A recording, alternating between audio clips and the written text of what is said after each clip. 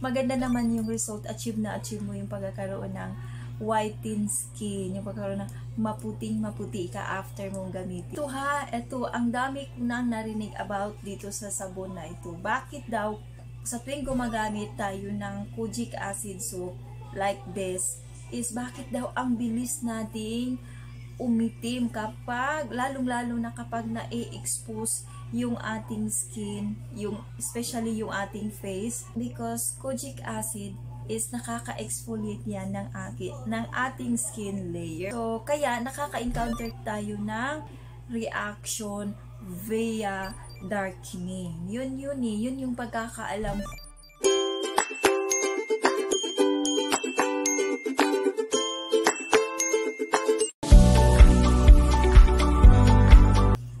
Everyone, welcome po sa aking channel. My name is Mina Square and this is my channel. So ngayon, isi-share ko po sa inyo yung kojic acid soap, kung paano nga ba yung tamang paggamit nito. So ito yung aking ginagamit na kojic acid soap. So ito nga naman, mabilis talaga siya when it comes sa pagpapa-whiten ng ating skin.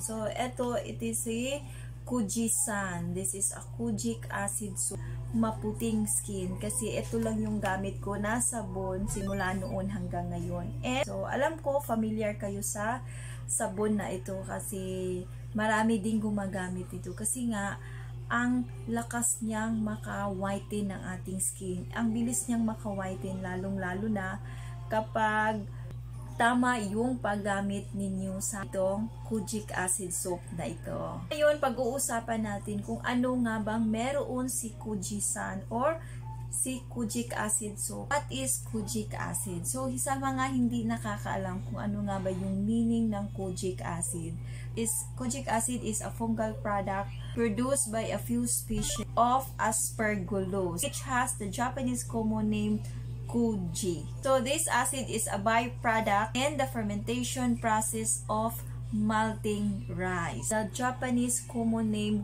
Kuji, diba? Kujisan. So Japanese name. Diba kilala si kojic acid na nakakapagpa-whiten talaga ng ating skin? Lalong-lalo na kapag ginamit mo siya ng tama sa inyong skin. And hindi ko siya inaaraw-araw gamitin kasi nga I have a sensitive skin. So kailangan ko siyang gamitin twice a week or every other day kasi meron akong sabon din na glutathione. So hindi ako nagfo-focus kay kojic acid kasi si kojic acid nga is nakaka-dry ng ating skin, lalong-lalo na kapag ginagamit natin siya everyday. And sensitive skin nga ako. So, what does kojic acid do to our skin? Si kojic acid is a whitening agent that faded dark spots in our skin. So, especially yung pagkakaroon natin ng mga sun damages, yung mga melasma din. So, natutulungan din ni kojic acid para mag-lighten or mag-fade yung ating mga skin problems. Does kojic acid have a side effect? So, yun yung mga katanungan talaga as na naririnig ko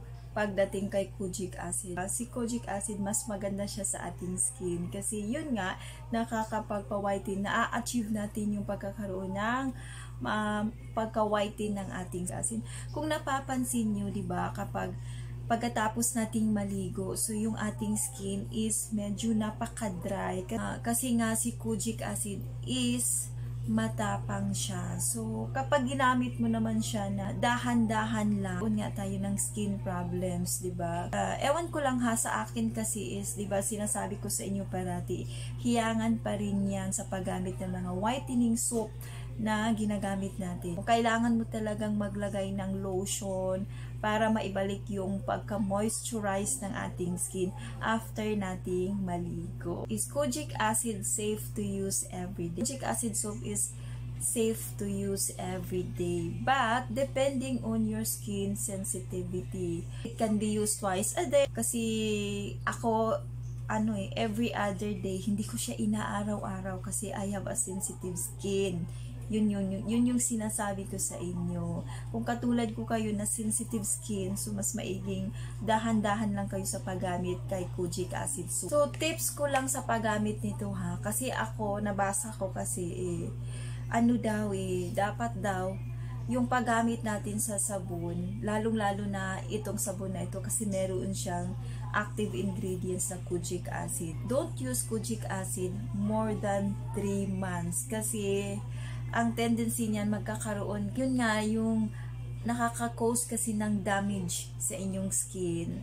Kasi nga, medyo matapang si kojic acid. Kasi mahilig akong mag-research kung ano nga ba si kojic acid, kung ano nga ba yung kahalagan, kung ano nga ba hindi dapat gawin yung para ma-prevent o ma-avoid natin yung pagkaroon natin ng skin problems sa paggamit ng mga kojic acid soap. Mga hindi nakakaalam ha, additional knowledge lang to ha. Ito si kojic acid soap pala is meron siyang anti-inflammatory properties na nakaka-help sa ating skin para mag-fade yung ating dark spots or tinatawag nating hyperpigmentation and discoloration sa ating skin. So, which is better, si glutathione soap or si kojic acid soap? So, para sa akin ha, when you have a sensitive skin, diba si kojic acid soap known to cause skin irritation, especially in high concentrations. Yun yung pagkakaalam ko Ewan ko lang ha. Kasi yun yung nababasa ko tungkol kay kojic acid and kay glutathione. Yun. Pag sensitive skin ka, so might be used glutathione. Kasi si glutathione, hindi ka maganda yung kanyang effect, yung pagka-effective sa inyong skin, yung kanyang maidudulot na maganda sa inyong skin. Mas maganda si glutathione. Pero para sa akin, sensitive skin nga ako, sinasabi ko sa inyo yan parati, nagagandahan din ako kay kojic acid kahit nagkakaroon ako ng dryness, yun. Pero naglalagay agad-agad ako ng lotion para maibalik yung pagka-moisturize ng aking skin after kong gamitin itong kojic acid soap. Before I forgot, i-include ko na itong ginagamit ko na sabon kasi hindi ko nga, sinasabi ko sa inyo, hindi ko nga inaaraw-araw. Meron din akong ibang sabon na pantapak pag kinakailangan, pag nagkakaroon ako ng dryness. So, ito ginagamit ko siya. Ayan. See, this is a product of Uni. This is a kojic with milk. So, maganda din ito sa skin kasi yung akin kasi is hindi siya nagda-dry masyado kasi meron siyang milk. So, si milk kasi is nakaka-help siya para mag-moisturize yung ating skin even though meron siyang kojic acid na ingredients. Sabon na to, pwede siya everyday gamitin kasi hindi nga siya medyo matapang. So, this is a 90 grams and nabili ko siya ng 59 pesos. So, very affordable lang naman po. Yun nga, kung marami kayong pera, pwede kayong bumili ng mga glutathione soap kasi sila yung mas maganda talagang gamitin aside sa mga kojic acid soap. And that's all for today's vlog. Salamat po sa pakikinood ng aking videos and please subscribe to my YouTube channel. Though, bagong-bago pa lang po talaga akong gumawa. So, kung napapansin nyo, konti lang yung aking mga videos na naa-upload kasi medyo busy ang lola nyo. Yun nga, meron pa din akong time para mag-share sa inyo yung mga ano ba yung dapat gamitin na pampaganda ng skin, yung mga skincare products na aking ginagamit. So, sinishare ko din po sa inyo. So, salamat po again sa mga nag-subscribe kahit bagong-bago pa lang po ako nag-upload sa aking YouTube channel. Salamat po. And sa mga hindi pa po nakapag-subscribe, subscribe na po kayo. And thank you again. Have a good day. And God bless po sa ating lahat. Bye!